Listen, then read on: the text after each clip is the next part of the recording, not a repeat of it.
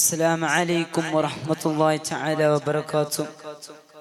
ಗೌರವಾನ್ವಿತರೇ, ಪೀಠಿಗೆಗಳಿಗೆ ಪ್ರವೇಶ ನೀಡದೆ ಈ ಸುಂದರವಾದ ವೇದಿಕೆಯಲ್ಲಿ ನನ್ನಲ್ಲರ್ಪಿತವಾದ ವಿಚಾರ ಇಸ್ಲಾಮೋಫೋಬಿಯಾ ಅಥವಾ ಭಯಭೀತಿಯ ಇಸ್ಲಾಂ.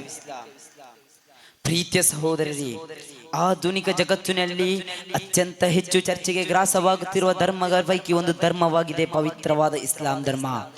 ಈ ಧರ್ಮದ ವಿರೋಧಿಗಳು ನೇರವಾಗಿ ತೇಜುವಧೆ ಮಾಡಲು ಆಗದ ಸಂದರ್ಭದಲ್ಲಿ ಜಾಗತಿಕರ ಮುಂದೆ ತಂದೊಡ್ಡಿದ ಒಂದು ನೀಚವಾದ ಕಾರ್ಯವಾಗಿದೆ ಇಸ್ಲಾಂ ಫೋಬಿಯಾ ಅಥವಾ ಭಯಭೀತಿಯ ಇಸ್ಲಾಂ. ನನಗರ್ಥವಾಗುತ್ತಿಲ್ಲ, ಶಾಂತಿಯ ಧರ್ಮವಾದ ಇಸ್ಲಾಂ ಧರ್ಮ ಹೇಗೆ ತಾನೇ ಫೋಬಿಯಾಕ್ಕೆ ಹೋಲಿಸಲು ಸಾಧ್ಯ? ಕಾರಣ, ಇಸ್ಲಾಂ ಧರ್ಮದಲ್ಲಿ ಯಾವತ್ತೂ ಕೂಡ ಶಾಂತಿಯನ್ನೇ ಬಯಸ್ತದೆ ಹೊರತು ಭಯೋತ್ಪಾದನೆಯನ್ನಲ್ಲ. ನಿನಗೆ ಆಕ್ರಮಿಸುವವರೊಂದಿಗೆ ನೀನು ನಿನ್ನ ಒಳಿತನ್ನು ಮಾಡು ಎಂಬಂತಹ ಮಾನವೀಯತೆ ನೈಜ ದರ್ಶನವನ್ನಾಗಿದೆ ಈ ಪವಿತ್ರವಾದ ಇಸ್ಲಾಂ ಧರ್ಮದಲ್ಲಿ ಕಲಿಸ್ತಾ ಇರೋದು. ಜಗತ್ತನ್ನೇ ಜಗಜಗಿಸಿದಂತಹ ಆ ಜಗಚ್ಚಾಲಿಗ ಜಗದ್ಗುರು ಲೋಕೈಕ ಪೈಗಂಬರ್ ಸಲ್ಲಲ್ಲಾಹು ಅಲೈಹಿ ವಸಲ್ಲಂ ಅವರು ಹೇಳುತ್ತಾರೆ, ಅಕ್ರಿಮ್ ಜಾರಕ ವಲೌ ಕಾನ ಕಾಫಿರ. ನಿನ್ನ ನೆರೆಹೊರೆಯವನು ಅಮುಸ್ಲಿಂ ಆದರೂ ಕೂಡ ಅವನೊಂದಿಗೆ ನೀನು ಗೌರವದಿಂದ ವರ್ತಿಸಬೇಕೆಂಬಂತಹ ಮಾನವೀಯತೆ ನೈಜ ದರ್ಶನವನ್ನಾಗಿದೆ ಈ ಪವಿತ್ರವಾದ ಇಸ್ಲಾಂ ಧರ್ಮದಲ್ಲಿ ಕಲಿಸ್ತಾ ಇರೋದು. ಮುಗಿಲಿಲ್ಲ, ಯಹೂದಿ ಒಬ್ಬನ ಶವ ಶರೀರವನ್ನು ಕಂಡು ಪ್ರವಾದಿ ಸಲ್ಲಲ್ಲಾಹು ಅಲೈಹಿ ವಸಲ್ಲಂ ಎದ್ದು ನಿಂತಾಗ ಸ್ವತಃ ಅನುಯಾಯಿಗಳು ಕೇಳುತ್ತಾರೆ, ಓ ಪ್ರವಾದಿ ವರ್ಯರೇ, ಅದೊಂದು ಯಹೂದಿಯ ಶವ ಶರೀರವಲ್ಲವೇ?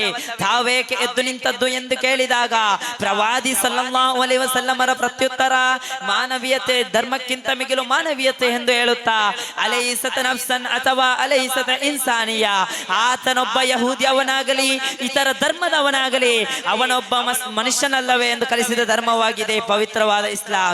ಮುಗಿಲಿಲ್ಲ, ಹಲವಾರು ವರ್ಷಗಳ ಹಿಂದೆ ಅಮೆರಿಕದ ಬಹುದೊಡ್ಡ ಕಟ್ಟಡವಾದಂತಹ ದ ವರ್ಲ್ಡ್ ಟ್ರೇಡ್ ಸೆಂಟರ್ ಕೆಲವೊಂದು ಕಿಡಿಗೇಡಿಗಳ ಮೂಲಕ ನಾಶಗೊಂಡ ಸಂದರ್ಭದಲ್ಲಿ ನಾಶಪಡಿಸಿದವರಲ್ಲಿ ಕೆಲವರು ಮುಸ್ಲಿಂ ನಾಮಧಾರಿಗಳಾದ್ದರಿಂದ ಮುಸಲ್ಮಾನರೆಲ್ಲರೂ ಭಯೋತ್ಪಾದಕರು, ಮುಸಲ್ಮಾನರೆಲ್ಲರೂ ಉಗ್ರಗಾಮಿಗಳು.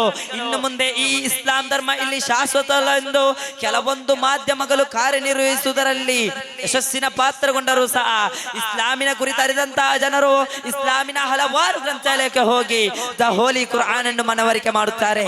ಕುರ್ಆನಿನ ಪ್ರಪ್ರಥಮ ಸೂಕ್ತದಲ್ಲಿ ಬಿಸ್ಮಿಲ್ಲಾಹಿರ್ ರಹ್ಮಾನಿರ್ Rahim, ಬಿಸ್ಮಿಲ್ಲಾಹ್, in the name of Allah, ar-Rahmanir Rahim, the most merciful and the most gracious, ಪರಮಶಕ್ತನು ಕಾರುಣ್ಯನು ದಯಾಳುವಾದ ಅಲ್ಲಾಹನ ನಾಮದಿಂದ ಎಂಬುದನ್ನು ಕಂಡು ಅವರಿಗೆ ಮನವರಿಕೆ ಆಗುತ್ತದೆ. ಆದ್ದರಿಂದ ಪ್ರೀತಿಯ ಸಹೋದರರೇ, ಇಸ್ಲಾಂ ಎಂದರೆ ಶಾಂತಿ, ಫೋಬಿಯಾ ಎಂದರೆ ಭಯ.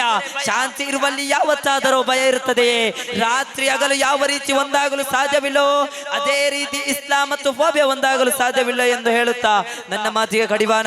ವಾಖಿರು ದಅವಾನಾ ಅನಿಲ್ ಹಮ್ದುಲಿಲ್ಲಾಹಿ ರಬ್ಬಿಲ್ ಆಲಮೀನ್. ವಸ್ಸಲಾಮು ಅಲೈಕುಂ ವರಹಮತುಲ್ಲಾಹಿ ತಆಲಾ ವಬರಕಾತುಹು. മത്സരം തുടരുന്നു.